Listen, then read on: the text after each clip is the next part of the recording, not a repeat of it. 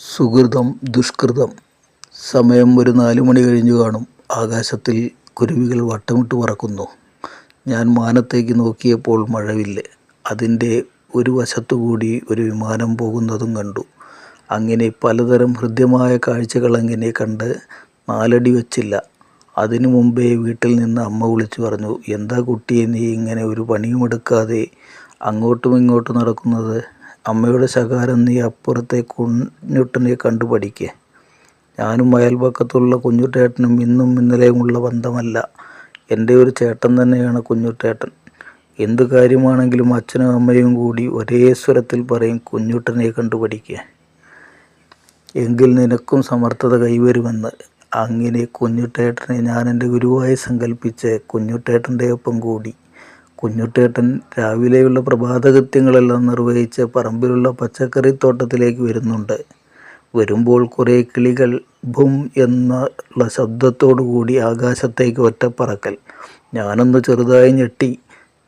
തോട്ടത്തിൽ കുഞ്ഞുട്ടേട്ടനെ ഞാനും സഹായിക്കും. വെള്ളം തിരിച്ചു വിടുക, കയ്പ പന്തൽ ശരിയാക്കുക, മണ്ണും ചാണകവും ഇട്ടുകൊടുക്കുക.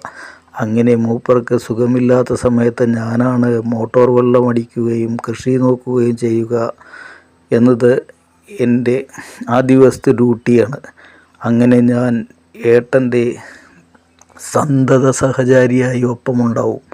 എനിക്ക് സ്കൂളിൽ പോകാൻ നേരമായാൽ ഞാൻ സ്കൂളിൽ പോകും. ഇടയ്ക്കൊക്കെ ചില്ലറ പൈസകൾ എൻ്റെ കയ്യിൽ വെച്ച് തരും.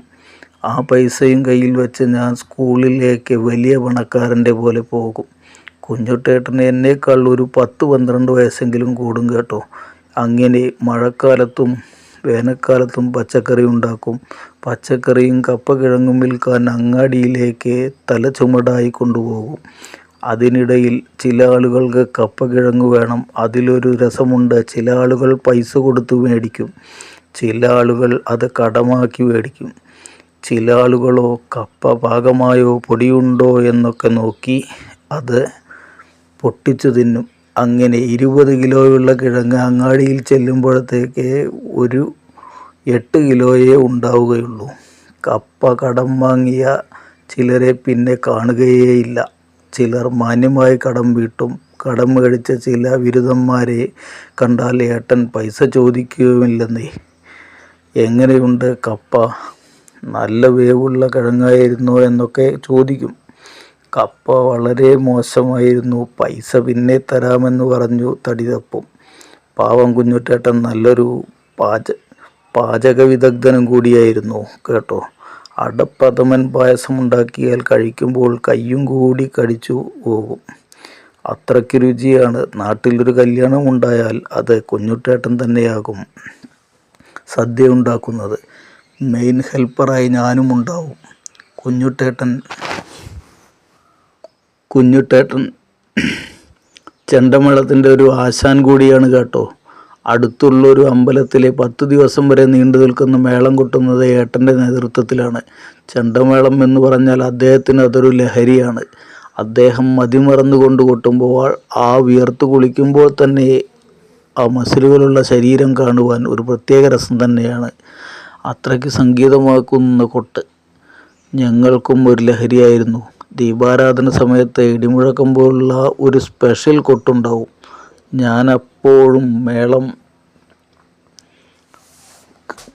കഴിഞ്ഞാൽ ചെണ്ട പിടിക്കാനും കൊണ്ടുപോകാനും ഒക്കെ ഒപ്പം തന്നെ ഉണ്ടാവും. ഒരു കാര്യം പറയാൻ മറന്നു. ഒരു ചേച്ചി 10 ദിവസവും മുടങ്ങാതെ തൊഴാൻ വരും. കുഞ്ഞുട്ടേട്ടൻ്റെ അന്തം വിട്ടങ്ങനെ നോക്കിക്കൊണ്ടേയിരിക്കും. ആ നോട്ടം വെറുതെ അല്ലെന്ന് അതിൽ ഒരു പന്തികേടുണ്ടെന്ന് വിരുതുള്ള എനിക്ക് മനസ്സിലായി. ടർ എന്ന് കൊട്ടുമ്പോൾ ചേച്ചി ഒന്ന് സ്പെഷ്യലായി നോക്കും, ഏട്ടൻ അങ്ങോട്ടും. അങ്ങനെ ലയധ്വനി കൂടുമ്പോൾ അവർ ഏതോ ഒരു ലോകത്തിലാണെന്ന് എനിക്ക് തോന്നും. അവിടെയുള്ളവരെ പ്രകമ്പനം കൊള്ളിച്ചുകൊണ്ട് സംഗീതം കടൽ പെയ്ച്ചുകൊണ്ട് മേളമങ്ങ് തീരും. ഇത് കാണാൻ ദൂരദേശത്തു നിന്നും ധാരാളം ആളുകൾ വന്നിരുന്നു. എനിക്ക് കുഞ്ഞുട്ടേട്ടനോട് എന്തും പറയുവാനുള്ള ഒരു സ്വാതന്ത്ര്യം ഏട്ടൻ എനിക്ക് തന്നിട്ടുണ്ട്. അമ്പലത്തിൽ വന്ന ചേച്ചിയെ ഞാൻ കണ്ടിരുന്നു എന്നു ഞാൻ ഒരു കള്ളച്ചിരിയോടുകൂടി അവതരിപ്പിച്ചു. അപ്പോൾ തന്നെ മറുപടിയും തന്നു. അവൾ എന്നെ കല്യാണം കഴിക്കുമോ എന്ന് ചോദിച്ചു അല്ല, അപ്പോൾ ഞാൻ പറഞ്ഞു, നമ്മൾ കല്യാണം കഴിച്ചാൽ ഈ പ്രേമവും സ്നേഹവും ഒന്നും ഉണ്ടാവില്ല. എന്നെങ്കിലും കാണുമ്പോൾ ഉള്ള സ്നേഹമൊന്നും എന്നും കാണുമ്പോൾ ഉണ്ടാവണമെന്നില്ല. മുറ്റത്തെ മുല്ലയ്ക്ക് മണം ഉണ്ടാവില്ലെന്നാണല്ലോ പ്രമാണം.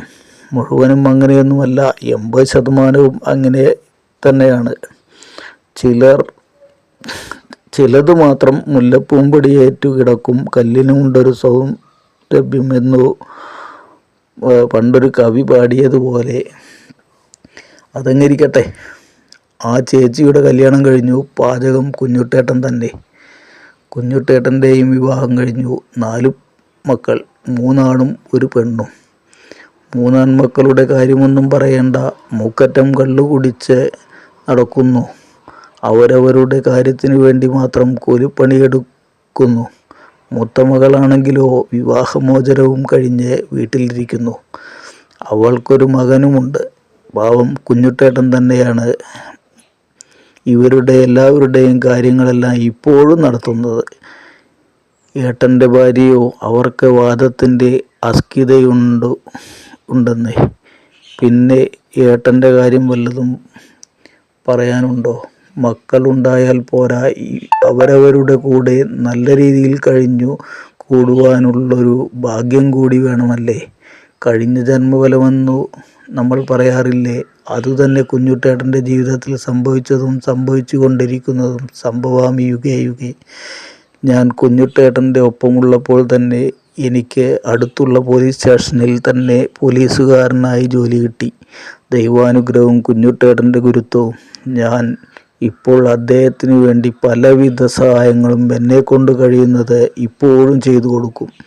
ഇപ്പോൾ അദ്ദേഹത്തിനാണെങ്കിൽ പഴയ പോലെയുള്ളൊരു ആരോഗ്യവുമില്ല എന്നേ. ഷുഗർ,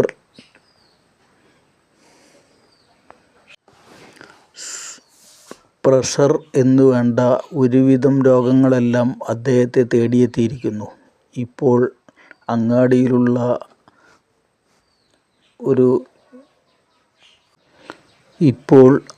അങ്ങാടിയിൽ ഒരു ലോട്ടറി ബോർഡിട്ട് ലോട്ടറി ടിക്കറ്റ് വിൽപ്പന നടത്തുന്നു.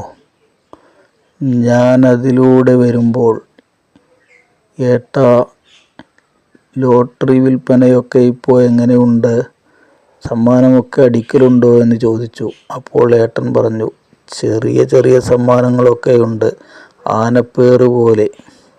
ഇതുകൊണ്ടൊന്നും ശരിക്ക് ജീവിക്കാൻ കഴിയുന്നില്ല ചെറുക്ക എന്നാണ് ഇപ്പോഴും എന്നെ വിളിക്കുക. ഞാൻ എൻ്റെ പോക്കറ്റിൽ നിന്ന് 2000 രൂപ എടുത്ത പോക്കറ്റിൽ വെച്ചു കൊടുത്തു. എങ്ങനെയുള്ളൊരു കലാകാരനായിരുന്നു.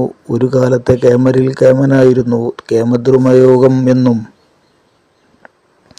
പറയാമല്ലേ. അറിയപ്പെടുന്ന പാചക വിദഗ്ധൻ. പച്ചക്കറി എങ്ങനെ ഉണ്ടാക്കിയാലും 100 മേനി.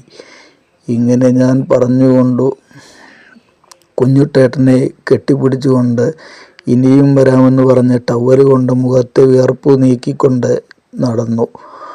അപ്പോൾ കുഞ്ഞുട്ടേട്ടൻ്റെ എന്തെന്നില്ലാത്ത ഒരു വിഷമവും മുഖത്തു കണ്ട് ഞാൻ ദുഃഖാർത്തനായി നടന്നകന്നു.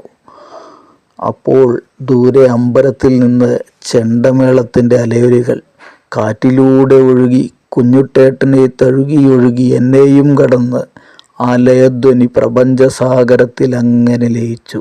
ശുഭം.